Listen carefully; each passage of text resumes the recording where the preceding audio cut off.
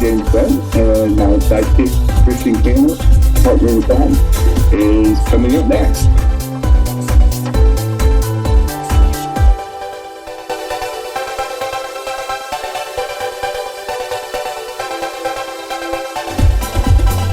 Hey everyone, I'm Jen's sidekick. Welcome to Two Queers in a Truck. Hi y'all. See you soon.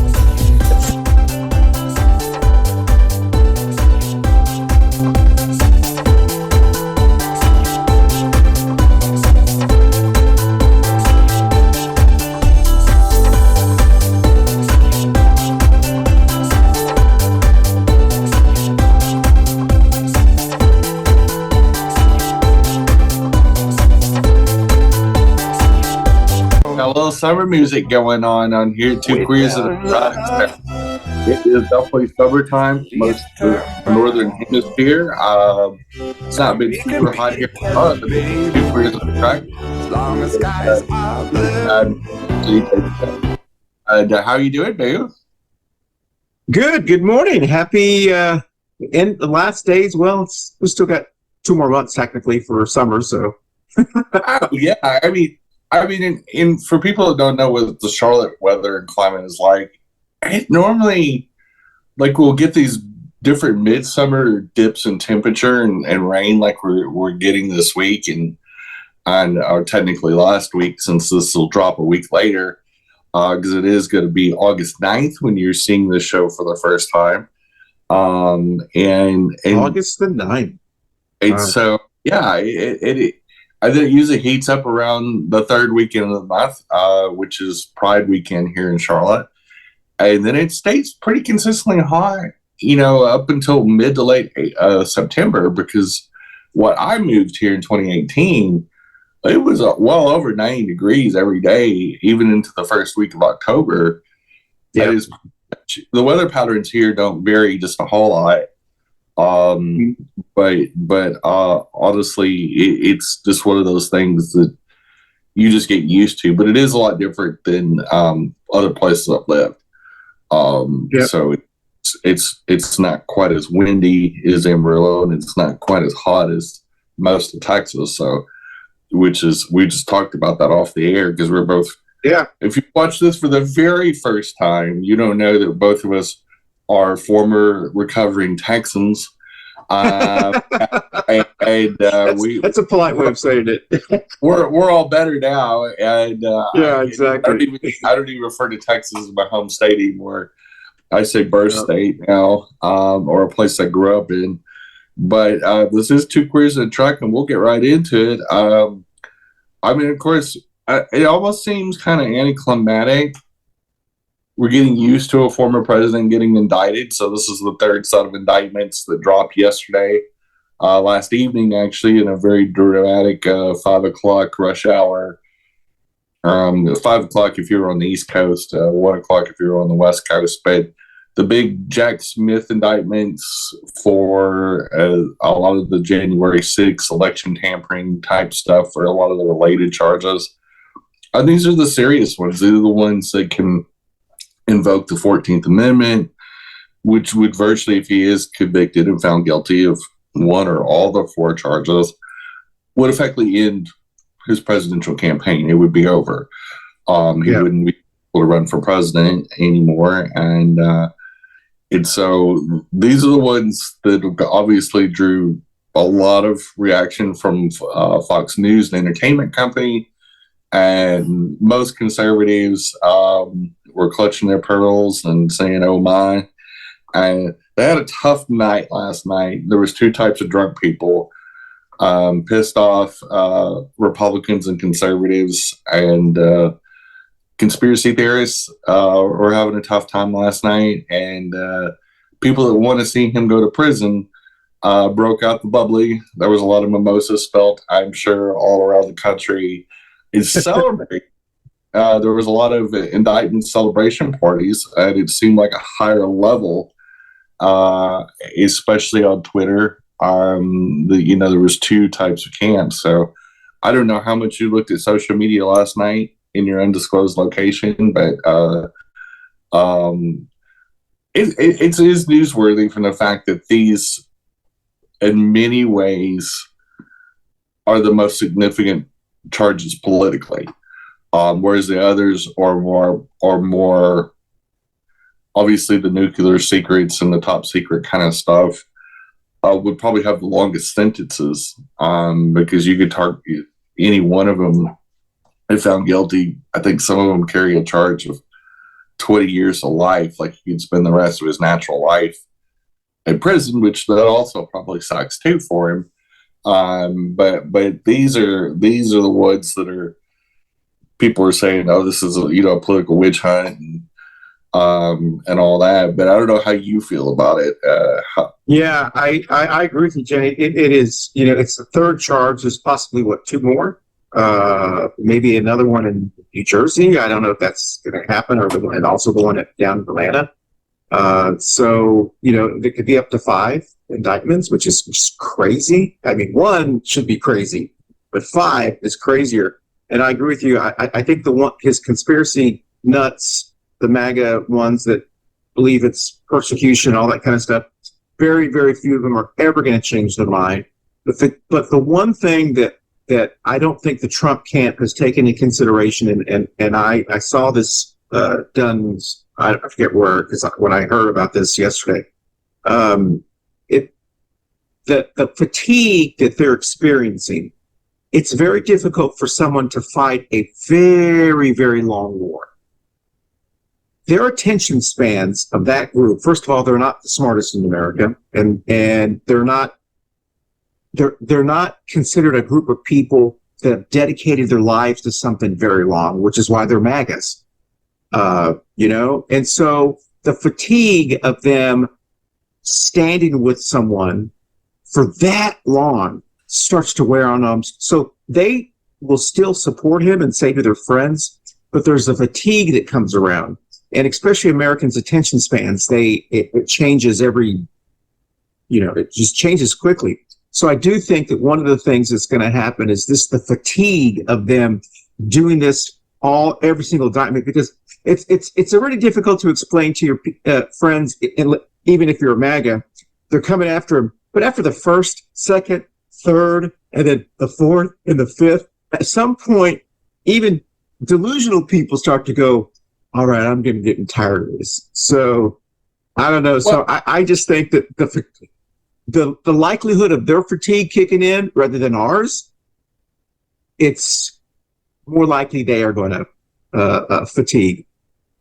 Well, and he spent his entire life going from scam to scam to scam.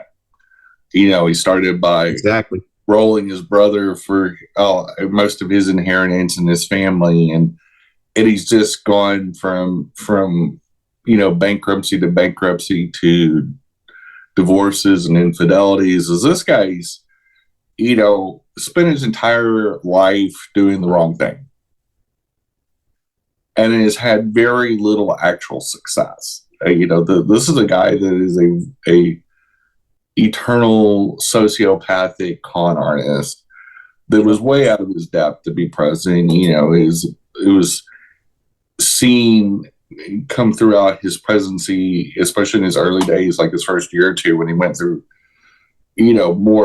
more cabinet level staffers than he did toilet paper. I mean, this guy literally was somebody quitting every month, if not 2 or 3 a month, and not just like assistants to assistants, but like key people that were his circle, like Rex Tillerson and people like that, and so his circle's also going to pay a price for these charges, and his attorneys, and how many attorneys he's going to have that's going to get indicted. And he's taken a lot of people down. He's taken a lot of toll.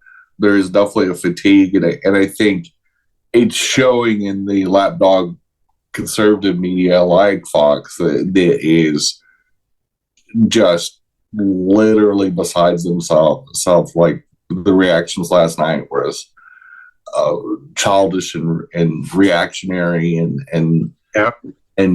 you see the Democrats, whereas they're going after Hunter Biden. I'm like, well, prosecute him. If he broke the law, he's not above the law.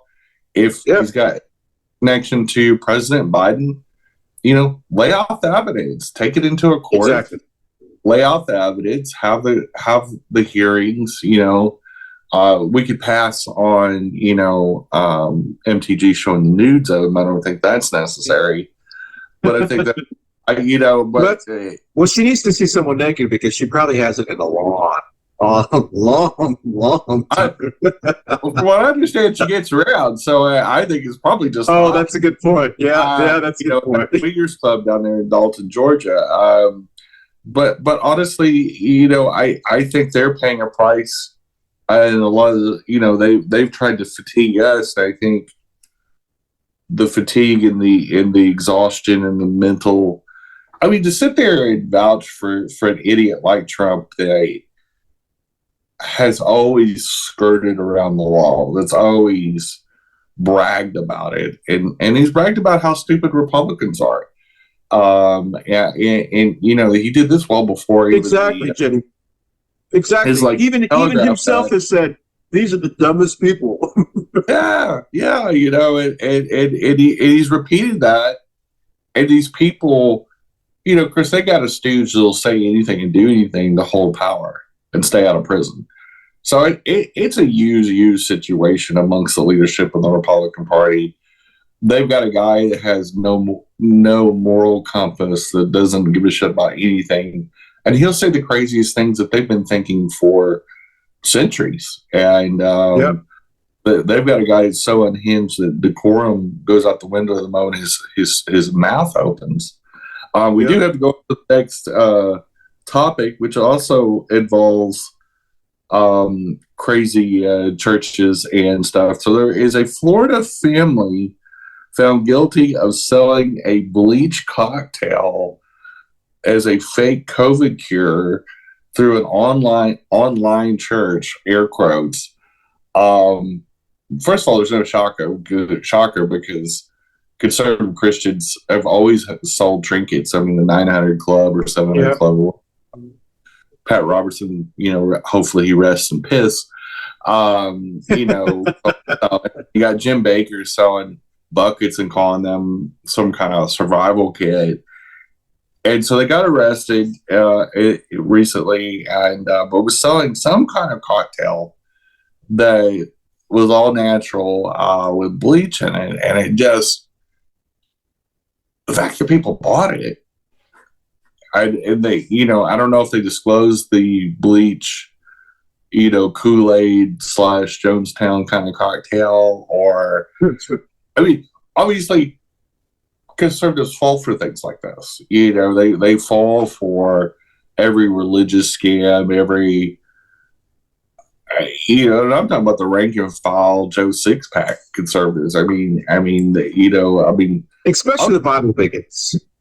Yeah, and this was an online church, no less, and they were selling something that had bleach in it. I'm like, oh, good gosh, and I harken back to the beginning of COVID when Trump was saying, can we inject bleach and can we, shoot UV rays, and so I remember that one doctor on that panel, and just when they panned in and caught it, her expression was like, I can't believe it's the president. She didn't say it, but she couldn't hide her facial expression, or anybody else in that press conference. Even Republicans were like, okay, this is what we got, and it kind of ties in with the Trump indictments as one, as they always be scamming. Two, it sticks on our theme of Florida for this month. It was a family in Florida, no less. You've said that several times, Jenny, and so is Trump, actually. Because like you just said, Trump knows that his base is not the smartest and the brightest in America. The data shows that they are not. But the Bible bigots, and you're talking about how they're so easily conned by marketing and things like that. If you think about it, it would make sense because their whole existence is to take the shortest route to where they think they're going to get. So instead of just being a good person, like most people are, they figure, well, I can be just a crappy person and then go to church and pray and be a good person. you know? And so it's easier for them to say they're going to church and to pray and say, pray for me and all this kind of stuff. It's easier for them to do that than do the hard work of just being a good person. Well, yeah, I mean, so it makes sense. The Bible bigots have got the get out of jail free sort of card. You know, is like, well, you know, I believe in Jesus, so you know, he always forgives me, and I'll get in heaven. And we're up against our first break, but I want to make a comment right after we come back. Yep. This is our first break right here on Two Queers and a Truck. Hey, everybody, you can catch us on your favorite audio podcast platform, Spotify, and all Apple Store, the Google machine, and whoever else does podcasts. We're on there. We broke in, and we're staying.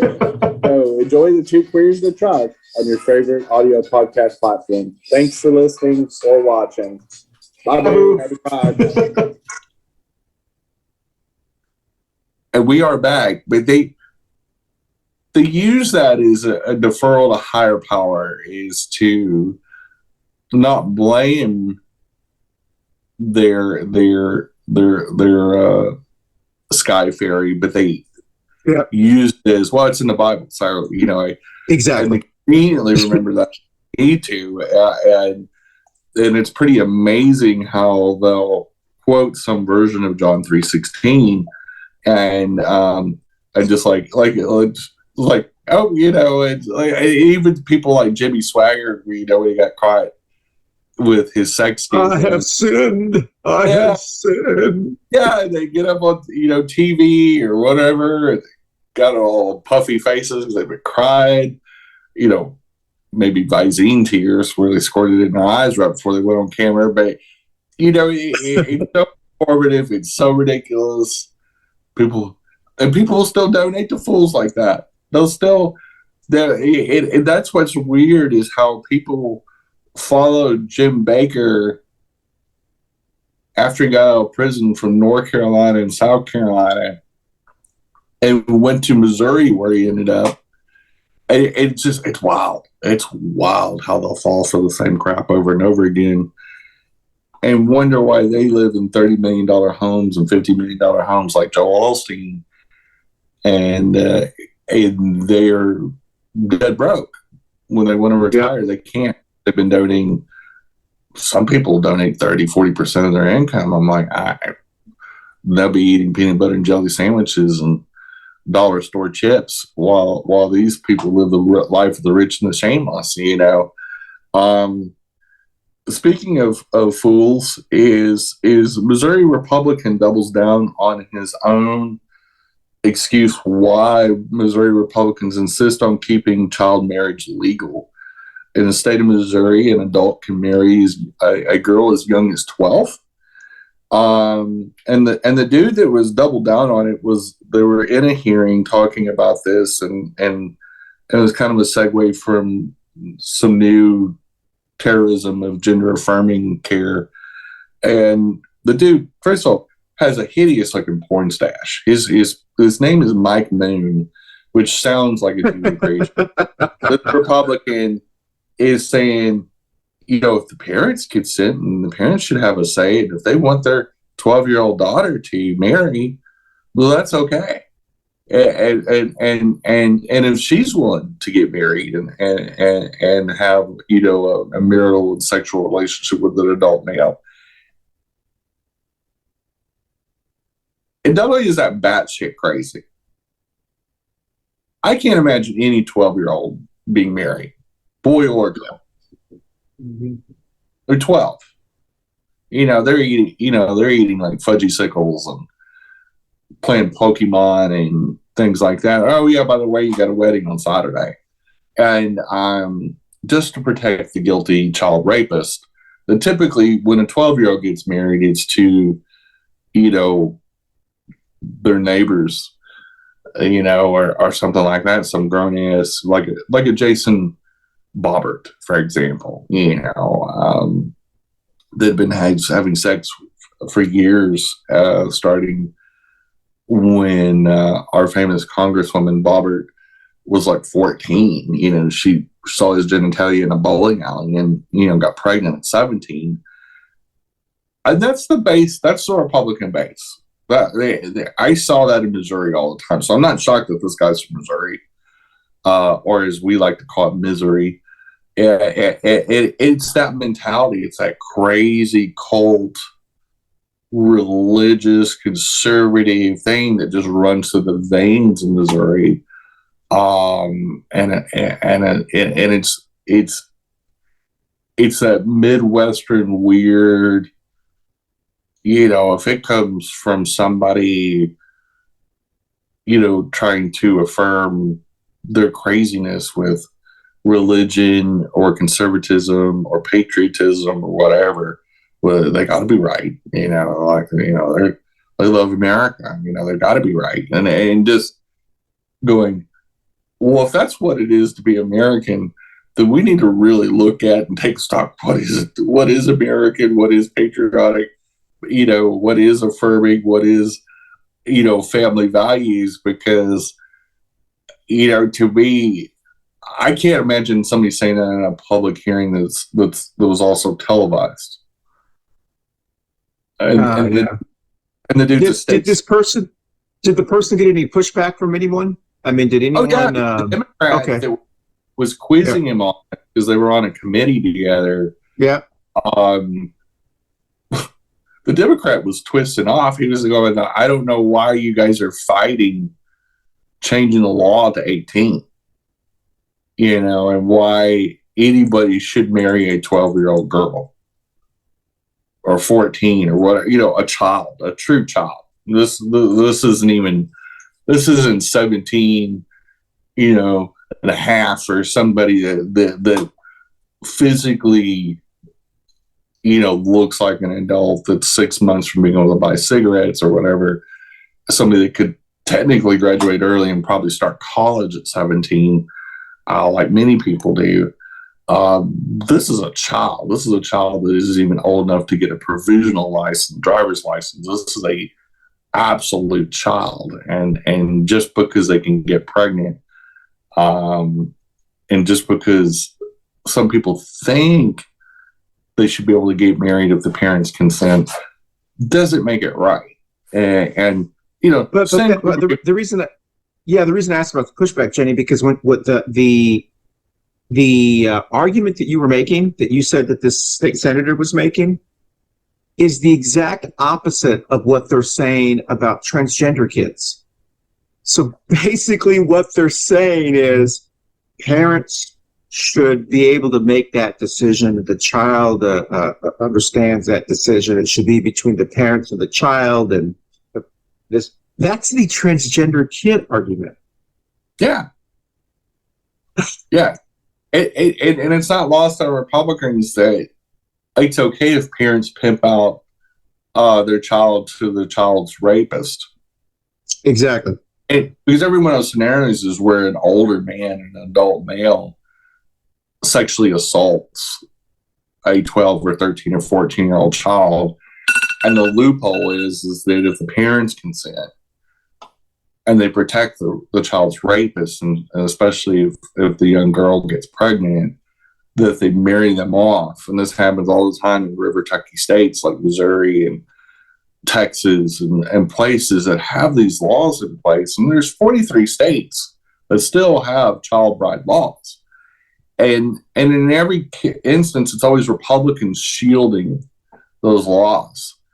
And so, the family values deals that, if a child has an affliction like being transgender and needs the necessary care, the affirming care that goes with that, parents can't make that decision, even if it's psychological care. But they're okay marrying off 12-year-olds. That is some 34-year-old dudes like marrying a 12-year-old. Yeah. I did. I'm gobsmacked. I'm gobsmacked with the just the whole fuckery. Like it I don't even know if there's words for that. Like, it's wild how they make wild accusations towards gay men and trans women compare, gay relationships to bestiality and all kinds of stuff, but they're okay with 12-year-olds getting married. I've never ever, like, the shock value for that for me is unfathomable. Yeah. Somebody raised 3 kids, and I'm just like, none of my kids at 12. Yeah. One shouldn't be in sexual relationships of any kind, nor should an adult be anywhere near them or touch them like that. But also too, they need to get married. I don't know. No, and then none of them. No, I can't imagine a 12-year-old getting married to an adult. So NASA had an interesting week last week. So NASA, the Voyager 2 and Voyager 1 spacecraft that have been out, floating in space and have now left the solar system. They're technically into the edges or outer reaches of what is technically considered interstellar space or true space. And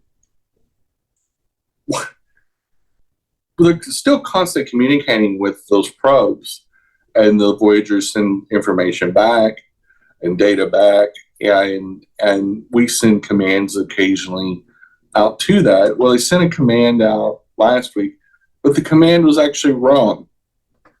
And so Voyager shut off communication. And so this particular space probe has been out on the dusty trails of outer space for 46 years. Literally, somebody just pushed the wrong button. I mean, kind of like, oh wow, Simpsons. The good thing about it is that it does periodic check-ins, and I do believe the Voyager will still consistently check in. And so the next opportunity, or the next window opportunity for it to check in is in October sometime. And so it does, I guess, like when a teenager's out, gallivanting around, and they check in with their parents, maybe when they're first started driving, say, hey, mom and dad, I'm still okay. A Voyager does that too. It dials home, and it's part of the programming. And so it has a periodic maintenance check-in, and they're hoping to be able to send that signal back out to it to correct whatever that did to it. They're hoping that it still stays on programming, and because it is actually a very simple design machine, it should do that. But for the next 2 months, I'm assuming they knew who did it.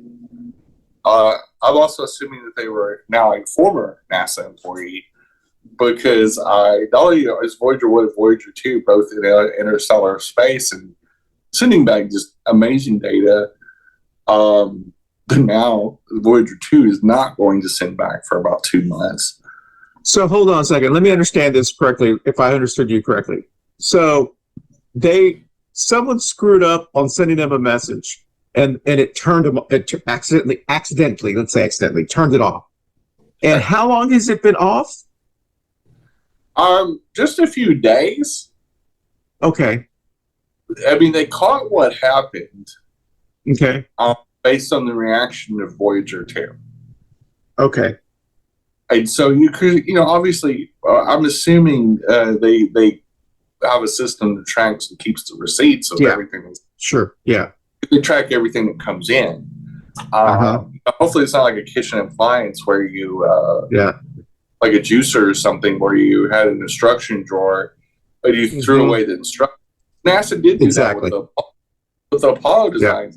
Somehow, NASA had thrown away or discarded all the schematics for the Apollo missions.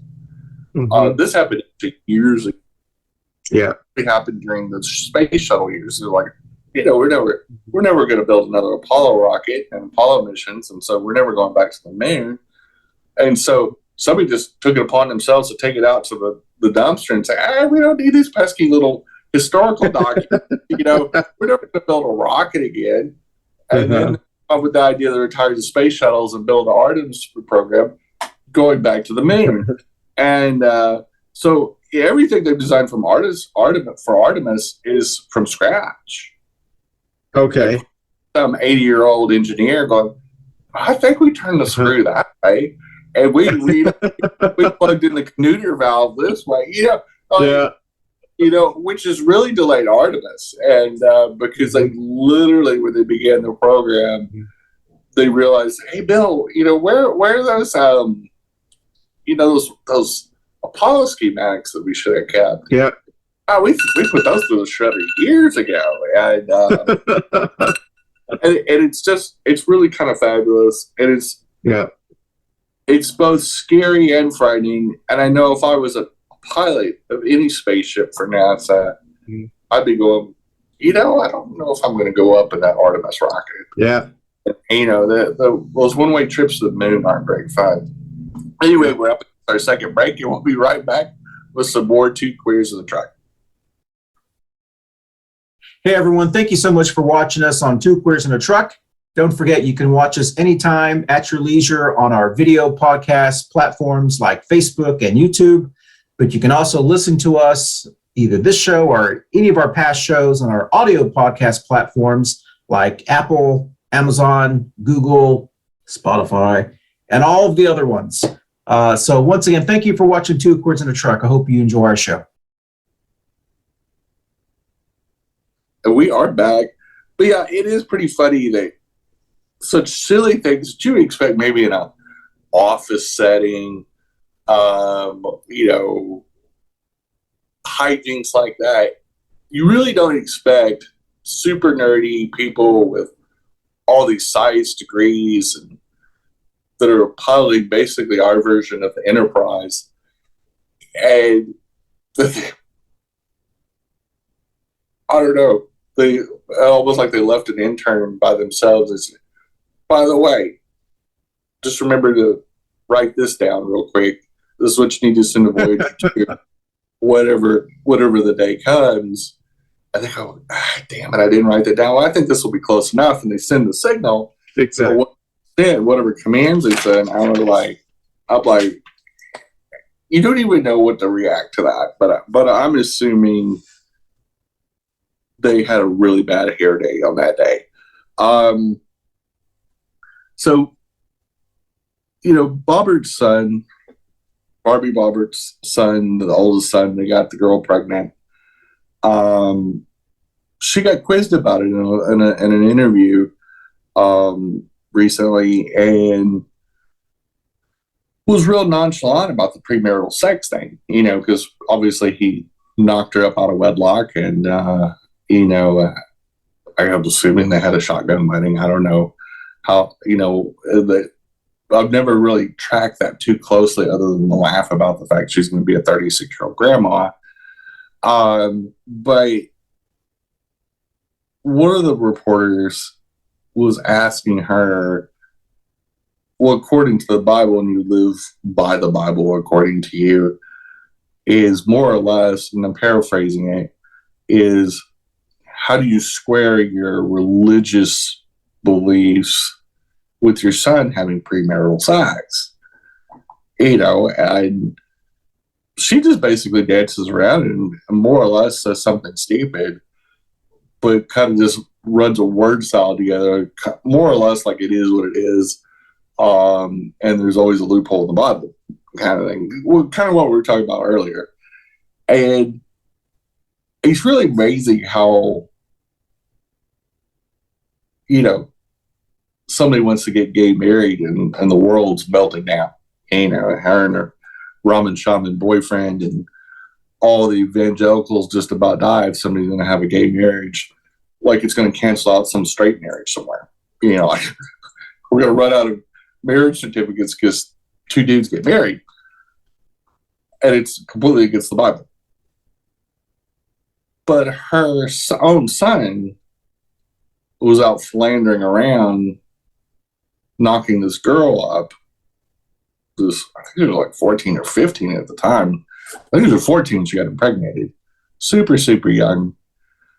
Of course, I understand it's a Bobbert family tradition as well.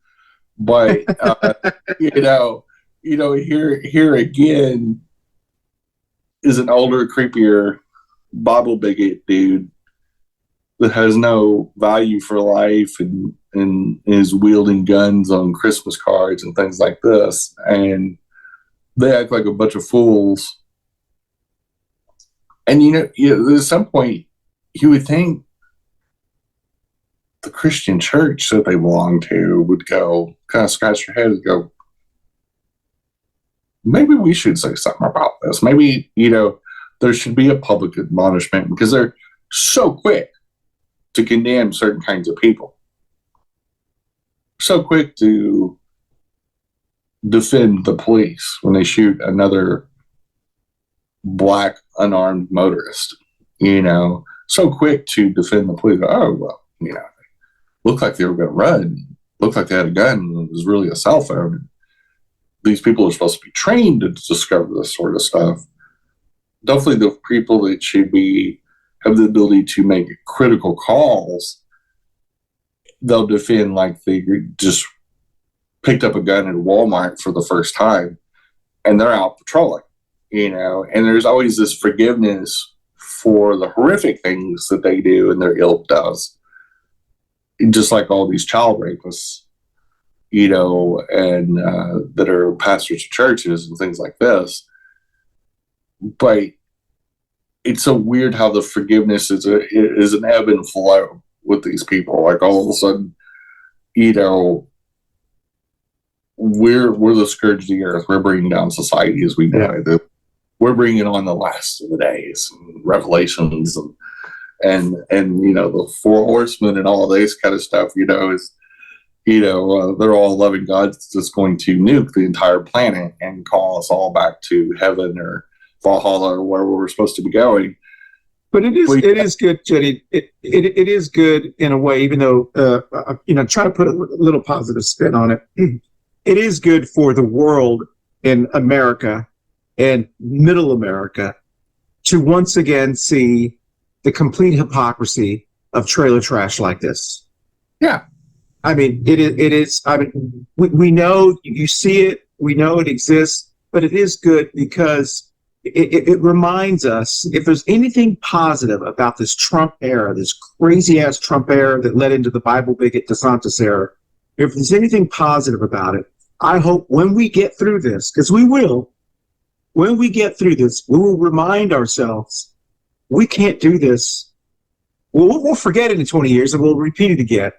But at least when we come out of this, maybe we'll go through a post-Reagan, a Bill Clinton, Obama era for at least 2 decades, hopefully. And we just have to continually remind ourselves, guys, remember we went through the MTG, the Bobbitt, the Matt Gaetz, the Trump, the DeSantis crap. Do you want to go back to that? And I do think that we it's hard right now because we're in it. And you and I specifically are in it as part of a community that's being demonized all the time. And I just hope when we get through this, because we will, because you and I are built for war. We're built for long-term, stuff. They aren't. No, and they're not used to being persecuted. They claim that they're the martyrs. And Exactly. Which Christians always do that. They, being a death cult and a sex cult, Christianity's always played the victim when they need to play the victim. Exactly. And they're the ones that create victims, for whatever soapbox they want to get on some bully pulpit. But I think it's always humorous when you constantly sit them and remind us of why we shouldn't trust them. Exactly. That's exactly right. But they kind of send us this reminder that, we are trash. We are, the hillbilly of our country. And even Goldwater, a Republican in the 1960s, you shouldn't let them take over the Republican Party. I mean, they're trying then. You want to keep them in bay. They've done America no favors. The last group of people is some kind of emotional nitwit, queens, that have no rational thinking whatsoever. And we saw that play out Nixon and Reagan, and it just got worse and worse. W brought on a lot of that too. Like this didn't start with Trump. We all thought Bush Jr. was as stupid as you could get. Could still be able to be president. But Trump's set records for stupidity. Exactly. Yeah. And overall terrible things.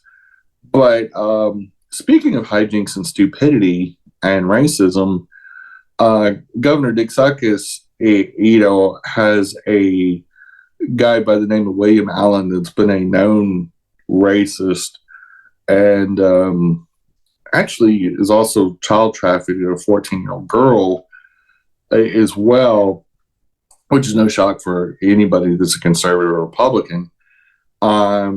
They're installing a new curriculum in Florida, and one of the things that's coming out about it is that slavery had benefits for Black people. Yeah. They almost like a on-the-job mentorship training program is the way they're making it sound, and that Black people benefited from slavery. Mm-hmm. Now, I don't know about you, but if a superior being, and not superior because white people were superior, but superior in the fact that they have weapons and the ability to capture me and take me wherever I want, and there's no physical way for me to safely get away. Like aliens, for example, landed and scooped up a whole bunch of us. And pretty much if you can fly in the intergalactic space, you probably got pretty good technology. And they're going to scoop me up and take me to their home planet, and I'm going to work as a slave the rest of my life. I'm pretty sure that blunt force trauma of that event alone is not going to give any positive benefits to you. I'm pretty sure being shackled and sleeping in barns and doing grueling labor and being treated like a domesticated animal, I'm pretty sure that's not, I can't see that being something with no chance of freedom. Like, there's no chance unless you run away. And there's still a good chance if you get caught, you get sent back.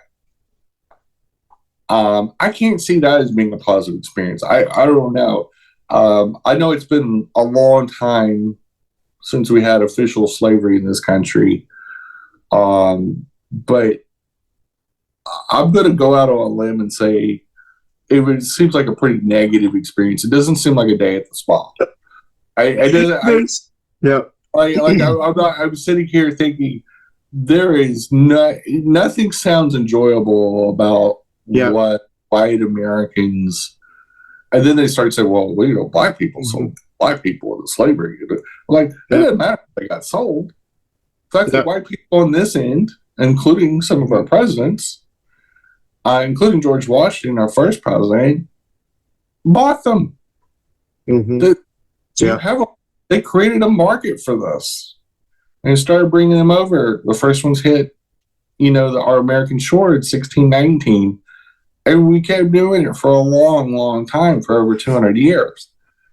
When we had many times to actually stop it, including at the beginning of our official start of our country, and to try to normalize it or whitewash it is an absolutely cruel, immoral, horrifying thing to do. It's the same thing they did to the indigenous nations. Yeah. And glossing it over with Thanksgiving. Oh, yeah, we all swapped recipes and had a good old time. Might have. But then you spent the next few hundred years wiping these people out, handing out smallpox blankets, all kinds of other stuff. Just like, hey, here you go, we're going to wipe you out. As three of the indigenous nations in New York State referred to George Washington when he sent troops up there to wipe them out as the devourer of worlds, and their native tongue is how they describe George Washington. Jenny, this is one of those examples of an arrogant fool like Trump, and DeSantis is repeating the mistake. This is one of those examples of an issue that all he had to do was say, we'll re-examine this. Okay, that's all he had to say. But because he's so arrogant and fool and such a dick that he doubled down on it. And you don't have to be even a woke person to know slavery was a bad thing. It's something that I think universally everyone agrees. So when you try to justify it by saying, well, they learned skills and this, you sound like an idiot and a fool. And the fact that DeSantis, which just highlighted, I think everyone was just waiting for him to make all these continuous mistakes, and he's not surprising us because he is such a stupid, arrogant person that he can't help himself. And it is one of those things where when Tim Scott came out, when the Republican congressman came out, and then his really sassy, arrogant, gayish replies were, well, you can come and visit us, but you're too busy at the border. I mean, that is like something a child writes to another person. And Right. I think this highlighted he is not only unfit to be governor of Florida, he's definitely unfit to be governor, president nominee. And if he is, the middle people, the Barbaras and the other people, there's just this unlikeness that it's one of those feelings that you said it last week. I was watching last week's show. On one of them, you said something about, at least Trump sometimes seems kind of like maybe I'd like to, I don't know, paraphrasing what you said. Trump can be mildly amusing and mildly exactly for a serial rapist and criminal. Exactly. Kind of like the Jack Nicholson's Joker. You knew that the Joker, Jack Nicholson's character, was a stone cold killer. You knew he was awful. Mm-hmm. But he had some charming lines, and there's something you like about the Joker. You know he's a villain. You know he's a horrible person. And Jack Nicholson, especially, was an older man. He was an aging actor at the time when he played the Joker, but still had that. There's a certain kind of style to him, and Trump has a slight bit of that. He has a slight bit of swagger. I don't care for him, but some people do. But the meatball, DeSantis, he's just wearing those big old white queen boots that his wife picked out for him. He looks so cartoonish. Is such a big old queen. Is just like he gets these deer in the headlights. As soon as he gets confronted with something that his very tiny fascist Hitler brain can't process, he gets this weird look. His head twitches, and he doesn't have the ability to recover from things like that. So he doesn't have the charisma, the skill to be to run at that level. He is not. He has no charisma, no people skills. Exactly. And when Trump punks him, and Trump's not the sharpest tool of Bill, but when he's consistently punking you, I want to tell you why you're pretty dumb. Just like what he did especially to our favorite senator from Texas, Rafael Cruz. And he rolled him in the debates. And let me tell you, if Trump out debates you, you're dumber than shit. You're dumber than a I agree. And I think Trump will be convicted by the time the debates come around. The big debates come around in 2024. But I would love to see one debate where DeSantis and Colt 45 are up on the same stage. That would be funny. They're going to square off. DeSantis. That would be the highest. That would be the highest rated debate. And then you get Chris Christie going, these idiots. Yeah, hey, you got Chris, sucking down a gallon of ice cream while he's cracking on those two. I go, y'all are both stupid. And that's right. It'd be like a dysfunctional, almost like the Eddie Murphy movies, The Nutty Professor and the Clumps. It would be almost as funny as that, except for the fact that all the people up on that stage are technically running for president of the United States. That's the only scary part. If they turn and they're going, just kidding, here's the Republican that's going to be running. Yeah. And they click off all the chuckle fucks that are running, like DeSantis and Trump and Chris Christie. Nikki. Nikki. Nikki, you know, That would be wonderful. I would love to see that. It would fuel Saturday Night Lives for the next 2 days. Like it would the quintessential classic moment that we haven't seen in a long time in American politics. Yeah.